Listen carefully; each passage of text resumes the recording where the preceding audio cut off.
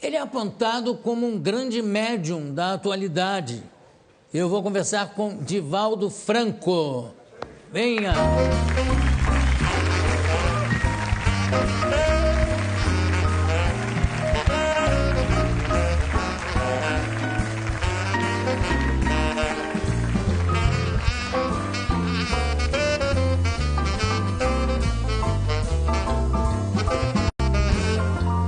Muito obrigado pela sua presença aqui no programa. Mas é um prazer imenso. É o lançamento do livro, Divaldo? Sim. Ana Landi. Agora explica um pouco para a gente. Esse livro foi psicografado, por acaso? Não, é jornalista. É um livro biográfico. Ela passa uma temporada conosco, procurou acompanhar as nossas atividades sociais, também as atividades mediúnicas. Editora Bela, perdão. Exatamente. Depois, ela elaborou o livro, publicamos no ano passado, melhor, ela publicou aqui na Saraiva, demos autógrafos. Sim. E agora temos o prazer de estar com você. Imagina, o prazer aqui. Um grande prazer. É todo meu. Quando é que você começou a sentir essas manifestações de espíritos, vamos chamar de espíritos, por falta de encontrar um nome mais apropriado, não é? Manifestação ou espírito, enfim. Quando é que começaram a se manifestar através de você? Quando eu contava 4 anos, nossa família muito católica, no interior da Bahia, em Feira de Santana, eu estava brincando na sala e se adentrou uma senhora estranha e me disse: chama Ana, que é minha mãe. Eu achei natural, chamei minha mãe, que estava na cozinha, e quando ela veio, eu digo: tem aqui uma senhora que lhe quer falar. E minha mãe, não percebendo o caso, me reclamou, pensou que era uma brincadeira, me puxou a orelha, que naquele tempo podia, né? Agora não pode mais, e se voltou para a cozinha. Então a senhora disse: Di, que é meu nome de família, chame Ana, diga que é Maria Senhoria, eu sou sua avó. Mas eu não entendia nada disso aos 4 anos. Meus avós, todos 4, já haviam morrido, eu não sabia. Eu voltei a chamar minha mãe. Quando ela veio, eu digo: olha, a mulher está dizendo que é Maria Senhorinha e quer falar com a senhora. Minha mãe teve um choque, porque ela nunca havia falado o nome de sua própria mãe. Quando ela nasceu, a mãe morreu de infecção puerperal e ela foi atendida por uma irmã mais velha. Ela ficou assustada: mas como você sabe isso? Eu digo: a senhora está aqui. Mas ela não havia. Então me pegou e levou à casa da minha tia e disse: esse menino enlouqueceu, ele está dizendo que mamãe está lá. Minha tia então perguntou como é que era ela. Eu lembro vagamente, a saia arrastava, tinha algo na cintura e chamou minha atenção qualquer coisa que tinha aqui. Quando eu descrevi, minha tia disse: olha, é mamãe, porque esse é um camafeu que eu coloquei no seu cadáver. Então, procure saber o que é que ela quer. E as duas ficaram com medo, me deixaram sozinha. Procure saber o que é que ela... Vai lá. Vai lá. Jogaram o pobre do órfão. E então, eu não me lembro o que aconteceu. Aconteceu um fenômeno psíquico qualquer, eu perdi a consciência. A partir daí, João, eu me tornei uma criança mais ou menos especial. E meu pai era muito severo. Muito especial, como mais ou menos. E aí? Porque eu via coisas que os outros não viam. Via crianças, especialmente um indígena brasileiro que dizia chamar-se Jaguaraçu. E nós brincávamos muito, e eu tinha a impressão que era uma criança como outra qualquer. Você brincava com esse índiozinho? Trepava nas árvores, corria pelo quintal, aquelas casas de quintais muito grandes. E ele trepava nas árvores junto com você também? Então, sempre chegava na frente. Bom... E eu ficava surpreso. E assim, ué, como é que você subiu antes de mim? Eu dizia assim: fenômeno, fenômeno. Mas eu não sabia o que era fenômeno, o índiozinho Jaguaraçu. Quando eu completei lá pelos 7 anos, eu comecei a perceber que eu via muitos outros seres que os meus pais não viam. E então aí criaram-se muitos problemas, porque eu era muito católico, estava sempre na religião, confessava, e o padre terminou por dizer que aquilo era uma influência demoníaca, que o demônio estava desejando... Essas influências são sempre consideradas demoníacas. É uma coisa absurda, não é? Porque nunca me havia proposto nada negativo. E então, eu exigia que eu tivesse uma vida reta. Aos 7 anos eu tinha mais do que reta, não podia ter uma vida oblíqua naquela oportunidade. E então ele disse: olha, ore muito. E eu orava. Quanto mais orava, piorava.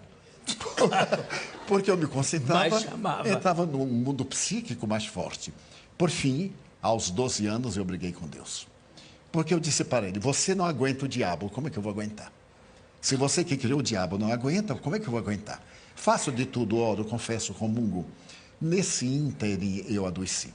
Morreu um irmão meu e eu fui ver ele estava caído no meio da rua e eu tive um impacto muito grande. Voltei para casa, avisei os meus pais e fiquei sentado. Aquele tempo não havia necrópsia nem nada no interior da cidade, só havia um médico. Ele foi levado para sua casa, que era casado e morava perto de nós.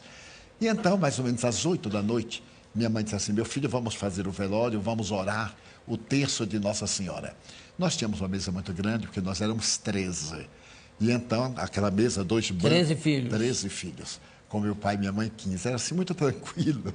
Era o primeiro laboratório da minha vida. E então, naquele momento, eu me quis levantar e não pude. Tentei outra vez e não pude. Quando minha mãe me puxou, eu caí. E então foi chamado o médico e disse: é um trauma. Foi o choque. Se ele tomar outro choque, ele fica bom. Meus irmãos eram muito inteligentes e me aplicaram o choque elétrico. Não sabiam que era um choque psicológico. E então eu não morri porque eu não estava no programa. Então me assustavam essa coisa do interior.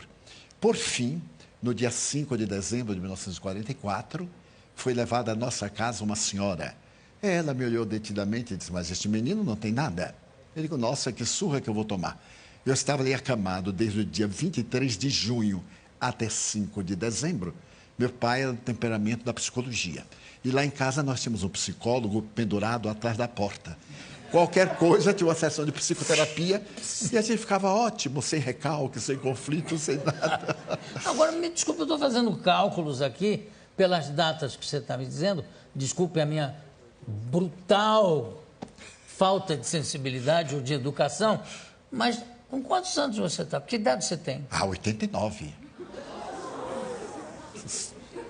Se a gente passar a mão em você, pega isso, não?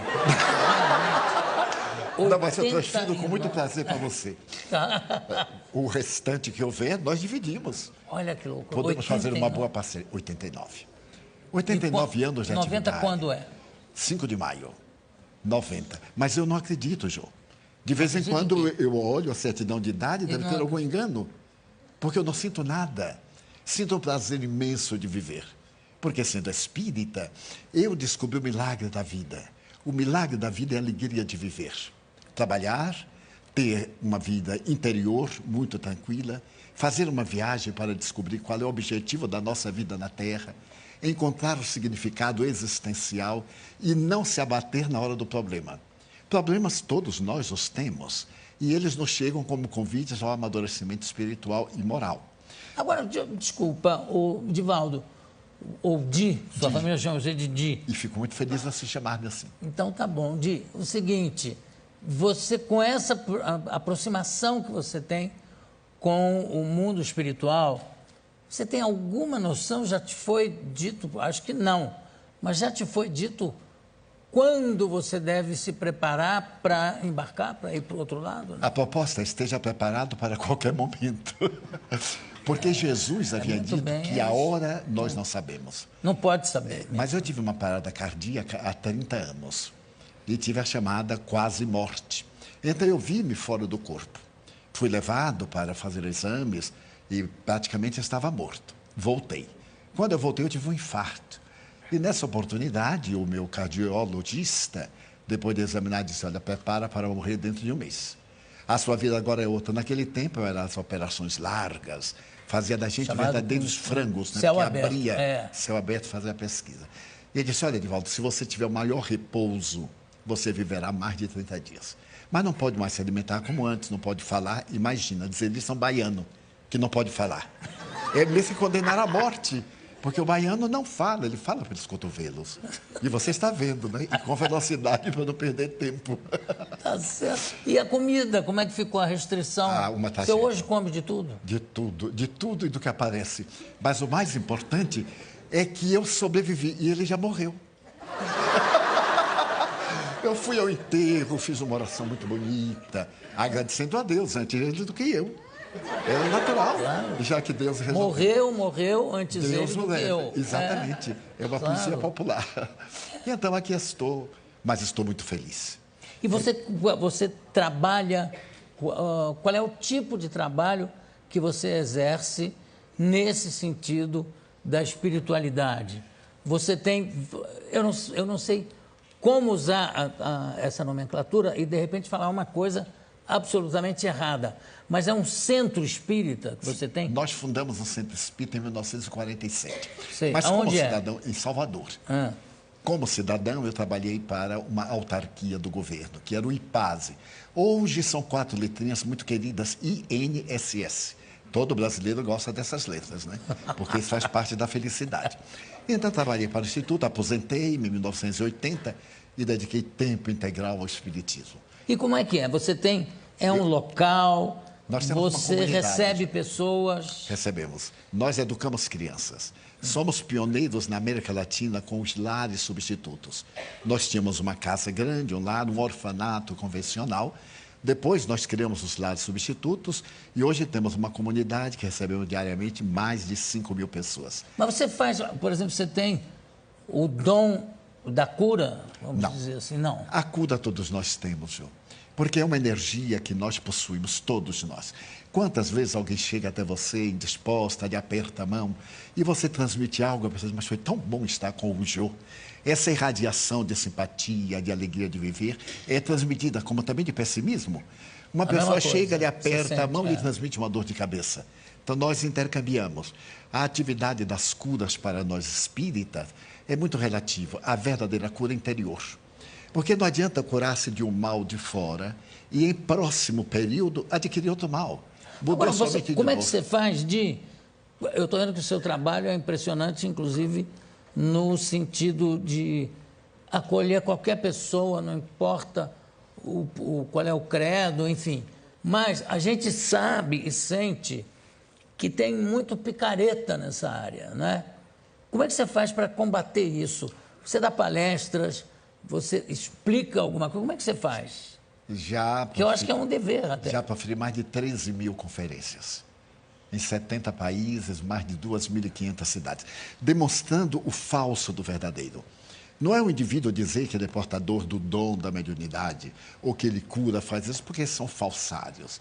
Esses indivíduos enganam a boa-fé. O povo é muito fácil de manipular. E quando o indivíduo se apresenta com títulos de aparência grandiosa, principalmente misteriosas, sobrenatural, do fantástico, então há um mito em torno do indivíduo. E as pessoas deixam-se iludir. Graças aos ingênuos é que tem os exploradores. Claro, uma então, coisa não existe sem a outra. Nós procuramos demonstrar que a verdadeira cura interior... Se eu me melhoro, eu não reflito qualquer enfermidade. Como diz a Organização Mundial de Saúde, não existem doenças, existem doentes. Pessoas predispostas às enfermidades. A função do espiritismo é guiar o indivíduo numa ética de sabedoria, torná-lo melhor, fazê-lo cidadão, fazer o indivíduo comum no meio de todos, porém diferente na conduta. Certo. Nós vemos hoje a crise mundial. Não existe crise mundial, existe crise do indivíduo. Indivíduos vazios que perderam os objetivos essenciais. E esse indivíduo vazio, ele se comunica com o outro e cria esse estado mórbido do pessimismo que todos estamos vivendo. Eu vou pedir para mostrar um filme que tem aqui. Não sei, eu acho que é um documentário que a produção, eu não vi. A produção me disse que é uma coisa espetacular, que é muito bom. Então eu queria compartilhar com a plateia, com o pessoal de casa também. Virem, solta para a gente ver, por favor. Favela do Pau da Lima, Salvador, Bahia. Em meio ao abandono da periferia, um oásis construído ao longo de 63 anos. Um portão azul dá acesso à escola e comida a 3.500 crianças pobres e atendimento médico a 2.500 adultos, todos os dias, tudo de graça. 400 voluntários atendem à convocação do fundador. Uma verdadeira cidade com ruas, casas, biblioteca, hospital, padaria, que ele planejou e ajudou a construir. Que loucura isso! São quantas pessoas?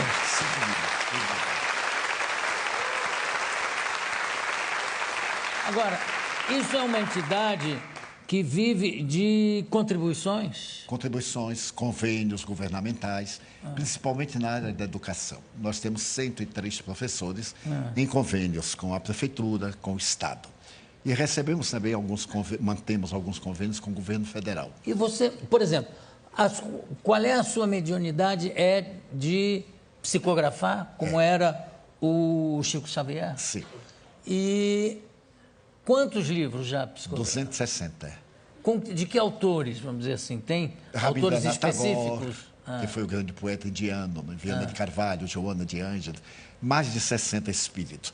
Agora, a diferença entre nós e outros autores é que nós cedemos os direitos autorais não só para a nossa obra, como para outras instituições. Porque o lema do Espiritismo é a caridade. Mas não apenas a caridade de doar, a caridade moral, a caridade de compreender os outros. Cada qual tem o direito de crer ou de não crer. Eu respeito mais um ateu digno do que um religioso hipócrita. Então, a grande coisa...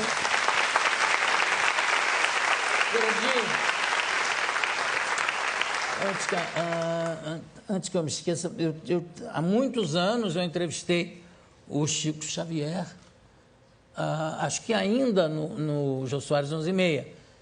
E, de repente, teve uma coisa engraçada que ele relatou uma viagem que ele estava fazendo e o avião começou a sacudir, não sei o quê, e ele teve medo de morrer. E alguém que estava com ele disse assim, ué, mas você está com medo de morrer? Eu disse, não, eu não tenho nenhum medo de morrer, mas não quero morrer agora. Sabe, não precisa ser tão imediato esse meu encontro, sabe, pode ser postergado. E, graças a Deus, o avião seguiu viagem e tal. Você tem medo desse encontro? Não, não tenho. Já me acostumei. A essa altura do campeonato, eu sou preparado para tudo. Porque já viajei muito de carroça, de avião e de navio, tudo que existe. Então, já estou... Acho que você provavelmente vai morrer de gasto, porque quando chegar nos 100 e poucos... Muito obrigado, 120, 100 e poucos. Mas essa é a minha perspectiva. Não é? É. Um amigo, eu estive adoentado, e um amigo muito gentil disse, não se preocupe de morrer, você está muito bem, pode morrer. Mas quem lhe disse que eu quero morrer? Não, eu quero viver, sou espírita, mas eu quero viver um pouco aqui na Terra. Eu ainda não realizei todos os meus ideais. E depois disso nós criamos uma maternidade para atender partos sem dor. E para poder fazer também partos que não sejam cirúrgicos. E temos um resultado fantástico. Não, eu acho que o resultado fantástico já está espelhado aqui na sua presença. Eu quero agradecer demais a presença deste humanitário, não vou chamar de espírita, vou chamar de humanitário, que é o trabalho, é o que ele é, tá? Divaldo Franco. Muito obrigado pela sua presença. Mas sou eu que agradeço, Jô. Demais. Você não faz ideia da emoção.